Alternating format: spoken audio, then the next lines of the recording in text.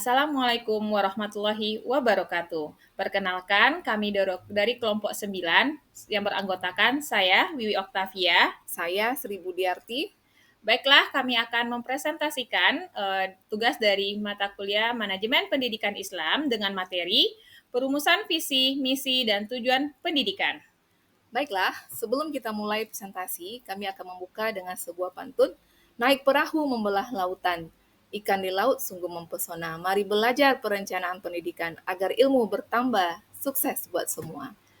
Ada burung di atas pohon, hinggap di dahan sambil berlagu. Mohon perhatian, kami mohon presentasi kelompok 9 akan dimulai. Baiklah, kami akan menjabarkan tugas dari kelompok kami yang berjudul perumusan visi, misi, dan tujuan pendidikan. Adapun yang menjadi latar belakangnya adalah pendidikan merupakan suatu pilar fundamental dalam pembangunan suatu bangsa. Melalui pendidikan yang berkualitas, sebuah negara dapat mengembangkan sumber daya manusia yang kompeten, berkarakter, dan mampu bersaing secara global. Baik, untuk rumusan masalah adalah yang pertama, bagaimana konsep pengertian visi, misi, dan tujuan pendidikan. Yang kedua, apa saja fungsi dan manfaat dari perumusan visi dan misi dan tujuan pendidikan. Yang ketiga, bagaimana prinsip-prinsip yang harus diperhatikan dalam merumuskan visi, misi, dan tujuan pendidikan. Yang keempat, bagaimana langkah-langkah sistematis dalam perumusan visi, misi, dan tujuan pendidikan. Dan yang terakhir, bagaimana implementasi visi, misi, dan tujuan pendidikan dalam praktik di institusi pendidikan. Adapun tujuan dari penulisan makalah ini, yang pertama, menjelaskan konsep dan pengertian visi, misi, dan tujuan pendidikan secara komprehensif. 2. Menganalisis fungsi dan manfaat perumusan visi, misi, dan tujuan pendidikan bagi institusi pendidikan. Yang ketiga, mengidentifikasi prinsip-prinsip fundamental dalam perumusan visi, misi, dan tujuan pendidikan. 4. Memaparkan langkah-langkah sistematis yang dapat digunakan dalam proses perumusan visi, misi, dan tujuan pendidikan. 5. Memberikan gambaran implementasi praktis visi, misi, dan tujuan pendidikan dalam konteks institusi pendidikan. 6. Memberikan kontribusi pemikiran dalam pengembangan manajemen strategis pendidikan. Baik, selanjutnya kita masuk ke bab 2 tentang pembahasan. Poin A, pengertian visi, misi, dan tujuan pendidikan. Yang pertama, pengertian visi pendidikan. Visi pendidikan dapat didefinisikan sebagai gambaran ideal masa depan yang ingin dicapai oleh sebuah institusi pendidikan. Pengertian misi pendidikan. Misi pendidikan adalah pernyataan yang menjelaskan alasan keberadaan, reason for being, sebuah institusi pendidikan dan cara institusi tersebut akan mencapai visinya. Misi menggambarkan tujuan fundamental organisasi dan menjelaskan apa yang dilakukan institusi pendidikan untuk mencapai visi yang ditetapkan. Yang ketiga, pengertian tujuan pendidikan. Tujuan pendidikan adalah hasil-hasil spesifik dan terukur yang hendak dicapai oleh institusi pendidikan dalam jangka waktu tertentu. Tujuan merupakan penjabaran operasional dari visi dan misi yang telah ditetapkan. Tujuan pendidikan bersifat lebih konkret, spesifik, dan dapat diukur ketercapaiannya. Yang keempat, hubungan antara visi, misi, dan tujuan pendidikan. Visi, misi, dan tujuan pendidikan memiliki hubungan hierarkis dan saling mendukung. Visi yang berada pada level tertinggi sebagai cita-cita jangka panjang, misi berada di level menengah sebagai cara mencapai visi, dan tujuan berada di level operasional sebagai hasil konkret yang hendak dicapai. Baik, sekarang kita masuk ke poin B, fungsi dan manfaat visi, misi, dan tujuan pendidikan.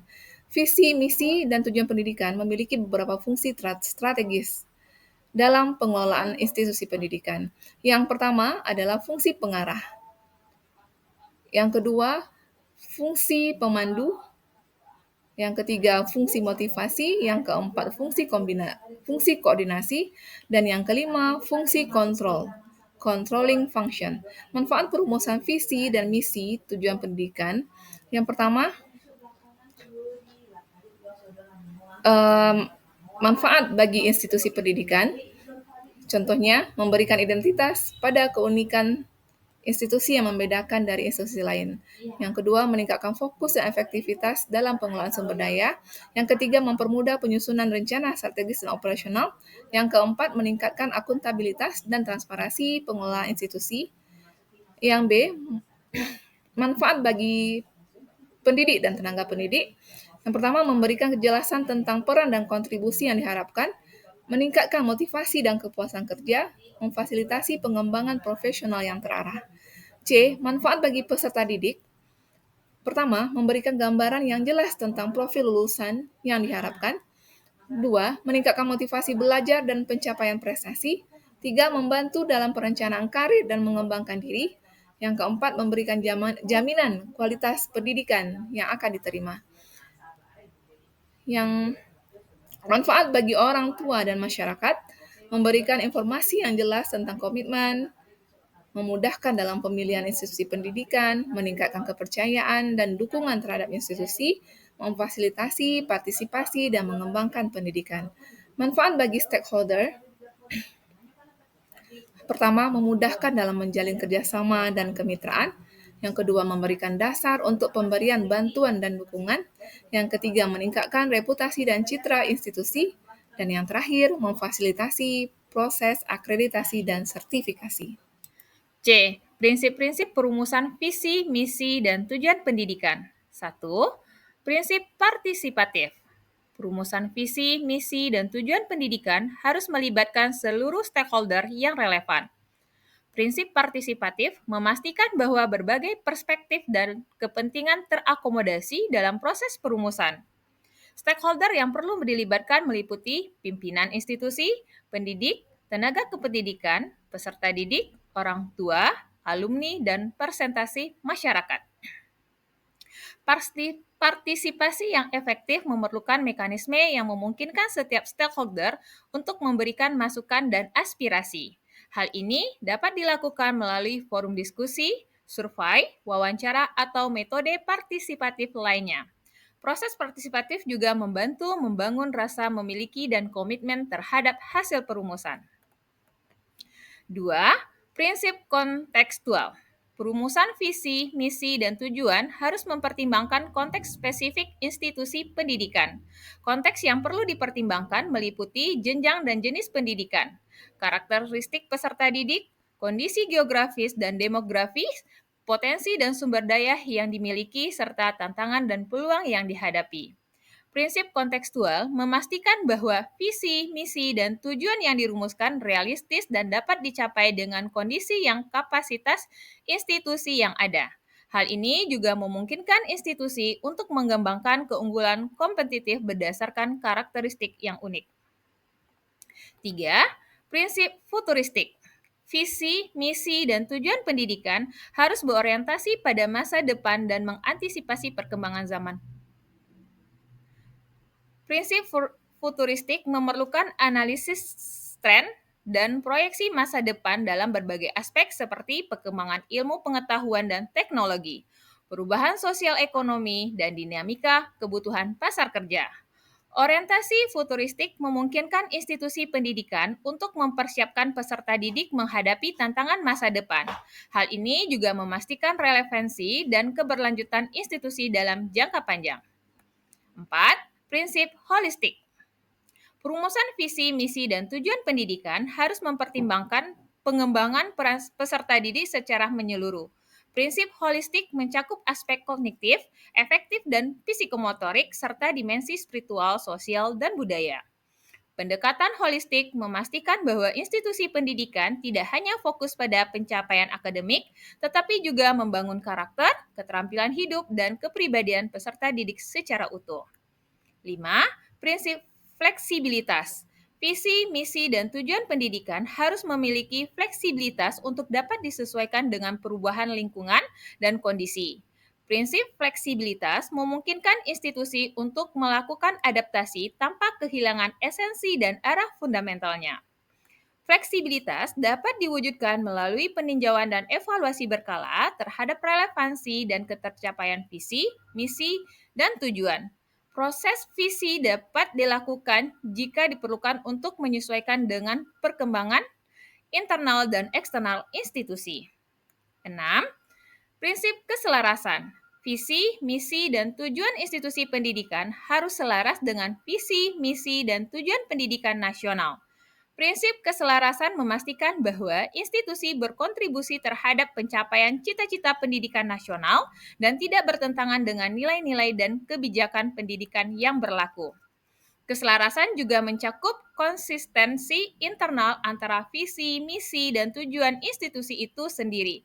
Ketiga komponen tersebut harus saling mendukung dan tidak kontradiktif. Adapun langkah-langkah perumusan visi, misi, dan tujuan pendidikan. Yang pertama, tahap persiapan. Dalam tahap persiapan yang harus ditentukan, A. Pembentukan tim perumusan. B. Penyusunan rencana kerja. C. Sosialisasi proses. 2. Tahap analisis. Dalam tahap analisis yang akan dilakukan, A. Analisis kondisi internal. B. Analisis kondisi eksternal. C. Analisis stakeholder. Tahap ketiga, tahap perumusan. Di sini tahap perumusan yang akan dilakukan A. Perumusan visi, B. Perumusan misi, C. Perumusan tujuan. Tahap keempat adalah tahap konsultasi dan validasi. A. Konsultasi internal, B. Konsultasi eksternal, C. Validasi dan finalisasi. Tahap kelima adalah tahap pengesahan dan sosialisasi. A. Pengesahan resmi, B. Sosialisasi massal. Baik, sekarang kita masuk kepada bab 3 tentang kesimpulan dari makalah ini. Yang pertama, visi, misi, dan tujuan pendidikan merupakan komponen fundamental dalam manajemen strategis institusi pendidikan. Yang kedua, perumusan visi, misi, dan tujuan pendidikan memberikan berbagai manfaat strategis bagi institusi pendidikan.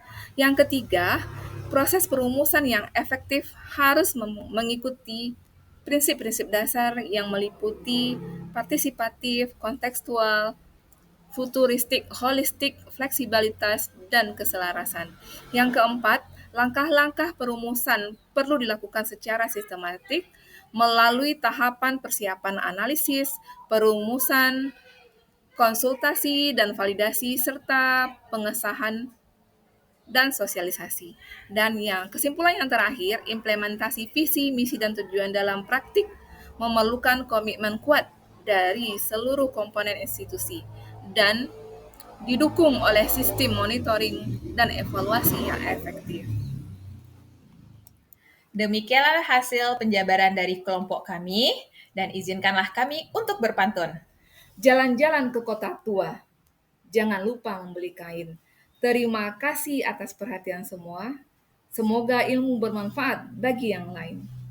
Ada kelinci makan wortel, lompat-lompat dengan riang. Mohon maaf jika ada yang keliru. Semoga presentasi kami berkesan di hati Tuan dan Puan. Assalamualaikum warahmatullahi wabarakatuh.